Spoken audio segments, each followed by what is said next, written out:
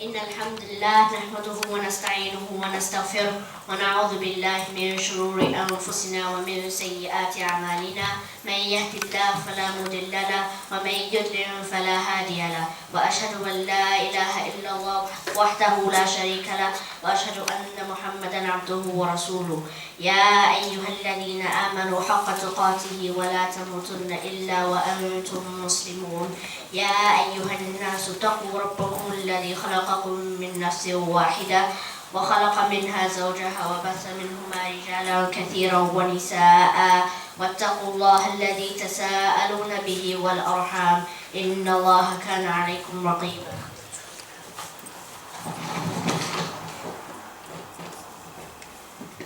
يا أيها الذين آمنوا اتقوا الله وقولوا قولا سديدا يصلح لكم أعمالكم ويغفر لكم ذنوبكم ومن يطع الله ورسوله فقد فاز فوزا عظيما أما بعد فإن أصدق الحديث كتاب الله وخير الهدي هدي محمد صلى الله عليه وسلم وشر الأمور محدثاتها وكل محدثة بدعة وكل بدعة ضلالة وكل ضلالة في النار. As Muslims, we should learn Islam so that we can live by it, because there are consequences of ignorance in our deen. One of them, which is the subject of our presentation today, that is blind following of madhabs. As a way of introduction, I will be talking about Islam. What is Islam? Islam is submitting your will to the will of Allah willingly. Therefore, if you want to be in peace, we must truly submit ourselves to our Creator. As Allah says, O you who believe, enter into Islam wholeheartedly. As we know, a Muslim is an individual who makes a commitment to submit his or her will to the will of Allah willingly. In return, Allah will enter us into Jannah, inshallah. However, the question is, what type of Islam do we follow? Because there are many types of Islam out there. My elders, uncles, aunties, and my fellow peoples, our understanding and application of Islam has to be that of the righteous predecessors, the Sahaba, their students, and the students of the students of the Sahaba. About the Prophet said, "Best of people is my generation, then those who followed them, then those who followed them." Why is it important to adhere to Manhaj Salaf? Because not adhering to their methodology of understanding Islam will result in the following: being extremists like Khawarij and the likes, being innovator, people of bid'ah because you have not got a reference point. These days, every sect claims to be on the Quran and Sunnah, but the question is to whose understanding? It has to be according to the understanding of the Sahaba. That is why we are called Ahlul Sunnah wal Jama'ah. The Prophet said, "Whoever lives long from amongst you will see a great amount of differing. So stick to my Sunnah and the Sunnah of the rightly guided Khalifas. Hold on to it and bite onto it with your moldy teeth, and be aware of newly invented matters in the religion, because every newly invented matter is innovation, and every innovation is misguidance, and misguidance is in the fire." Hence, understanding Islam according to the Quran and Sunnah as understood by the Sahaba is the correct way, as we have seen. Ibn Mas'ud said, "The Sahaba possessed three qualities that no one else will ever possess. They witnessed the revelation, their knowledge of Arabic language can never be matched, and they had pure hearts." Obviously, anyone who possesses these qualities will have the best understanding of the Quran. However, some Muslims ignore this very important rule in our deen, understanding Islam as it was understood by the Sahaba, and decide to follow madhabs blindly, of which in most cases, for most Muslims, madhabs are mysteries: what they are, where they came from, how they came about, why one needs to follow one. Are they divinely ordained? For further details of the subject, I will pass on to my fellow pupils to explain. Madhab. The word madhab means to go or to take away. The four madhabs are Hanafi, Shafi, Hanbali, and Malik. A madhab represents the entire school of thought of a particular imam, such as Shafi. The four Islamic schools of law are not just the work of one scholar, but they are actually four methodologies of generating religious opinions and rules. The Hanafi school started teaching and giving its fatwas when a lot of the hadith was not yet compiled in the authentic bits of the hadith, resulting in difference of opinion and judgment. The second Madhab is the Malik school. This teaching was done in a different approach. His teachers had an extra source of information that he considered was authentic, which is called the customs of the people of Medina.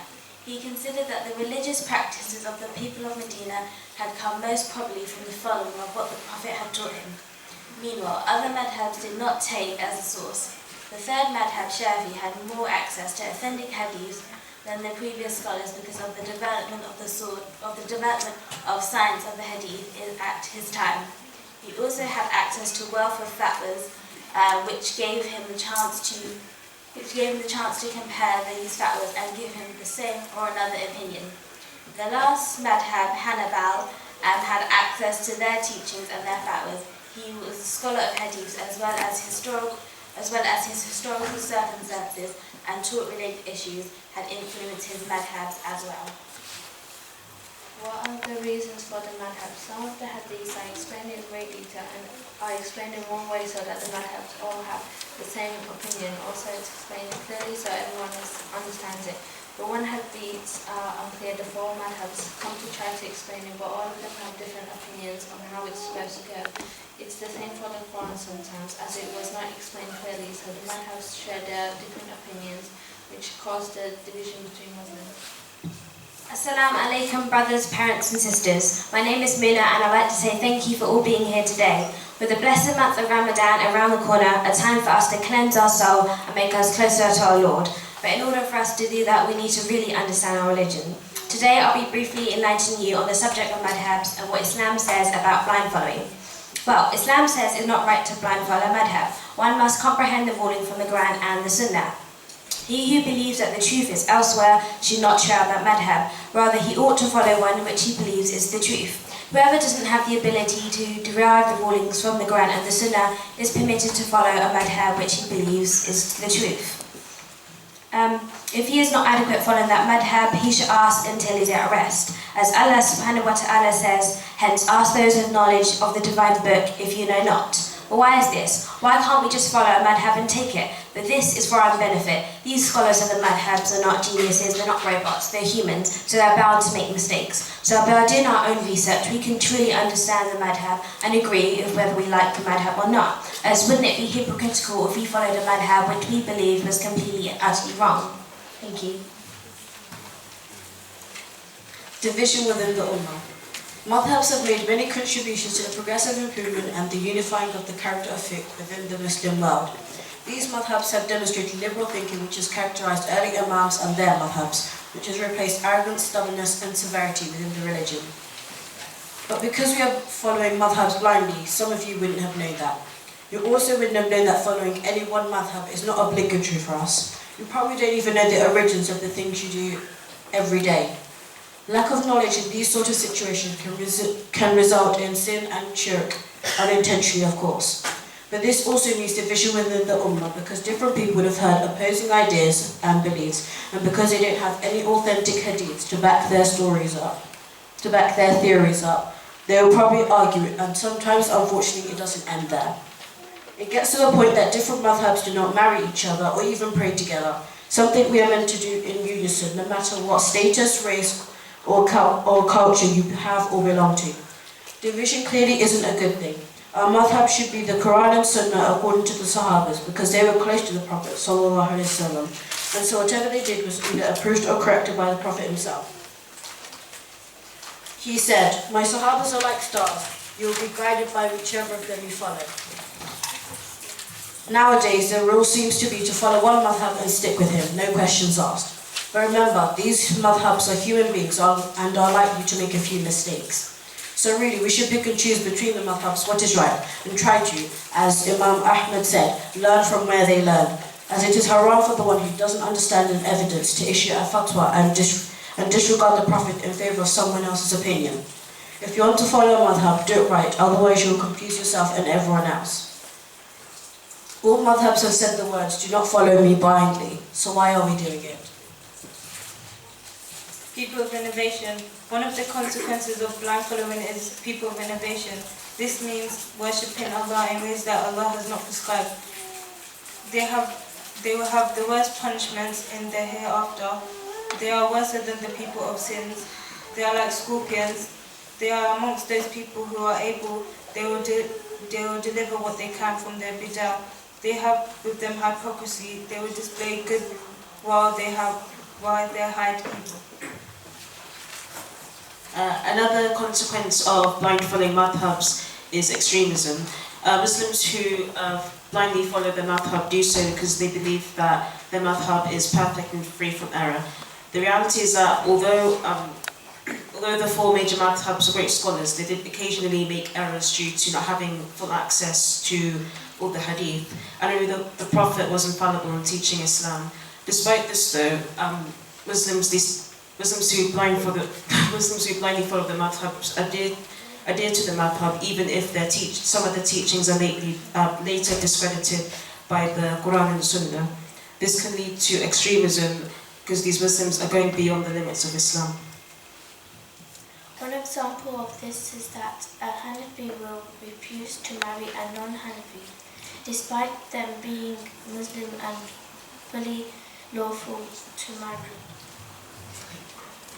Some scholars would consider Muslims who blindly follow the Madh-Habs to be disbelievers for two reasons. Firstly, they've given the right of making universal Islamic laws, also known as Sharia, to this Madh-Hab when this right can only be given to Allah. And also, they regard their Madh-Hab as being infallible, and only the Prophet ﷺ was infallible.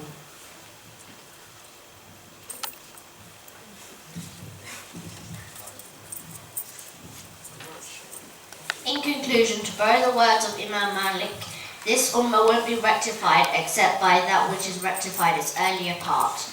Therefore, as Muslims, it must be upon us to understand and practice Islam, as it was understood and practiced by the three early generations, as cited earlier, simply because of the consequences, a point already made. Hence, it is upon every Muslim to learn Islam with evidence, and understand and put into practice according to the Sahaba, and not according to their madhabs.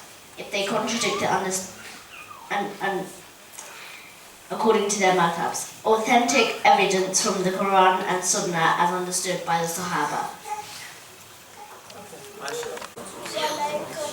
Today I'm going to talk about the origins of the madhabs.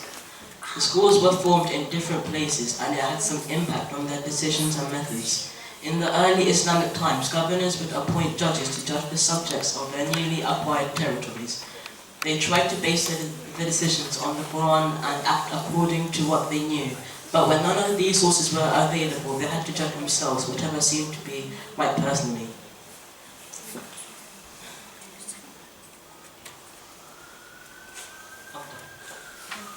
Assalamu alaikum.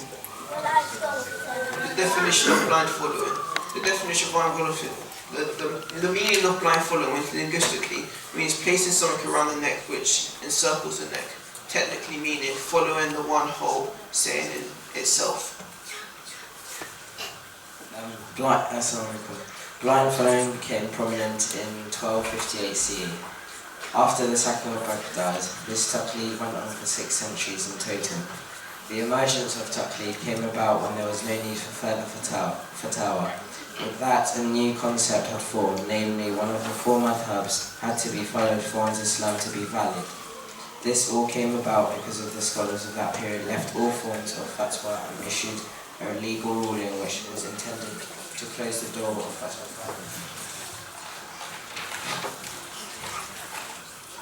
One important event in the uproar of taqlid were the court debates.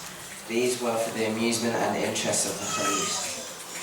Some scholars competed against each other and invented issues solely for the purpose of the debate. This spawned dogmatism, since the loser of the debate not only lost reward but his personal prestige too. The principle of defending this madhab, right or wrong, came to be considered a virtue. Of course, blind following the madhab has consequences. The consequences of blind following the madhabs lead to innovation and shirk, as it says in Khutbat al-Hajjah and the Prophet Muhammad said, every innovation leads to hellfire. Furthermore, not only does this cause shirk, but it belittles our Prophet and his teachings. For example, Imam Shafi says touching a woman invalidates wudu. Yet when the Prophet Muhammad used to pray, he used to move Aisha's feet. So if this is the case, does this mean our Prophet was praying without wudu? So you see the issues which we face. Not only does this insult our Prophet, but it divides us, as the Hanafi do not allow their sons to marry from Shafi, yet they are allowed to marry from Ahl al-Kitab. Yet we're all Muslims, yet we still just decide to exclude each other. My brothers and sisters, you see the problems you're facing. So how can us Muslims be united under one ruler, yet we deny rules established by our Prophet? Furthermore, the Prophet Muhammad ﷺ said, the Jews divided amongst themselves into 71 branches, and the Christians divided into 72 branches, and my nation will divide themselves into 73. All of those divisions are destined to be in the hellfire, except for one. There are those who are upon which I am today, and my companions, hence Ahlul Sunnah wal Jama'ah.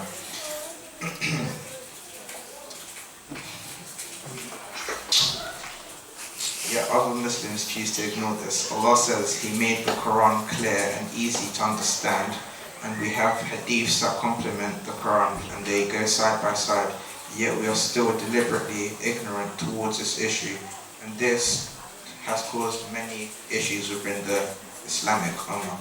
So to conclude, my brothers and sisters, we should not blind follow the madhabs, as it may cause, or it is causing division within ourselves, and it's making the Ummah more fragile.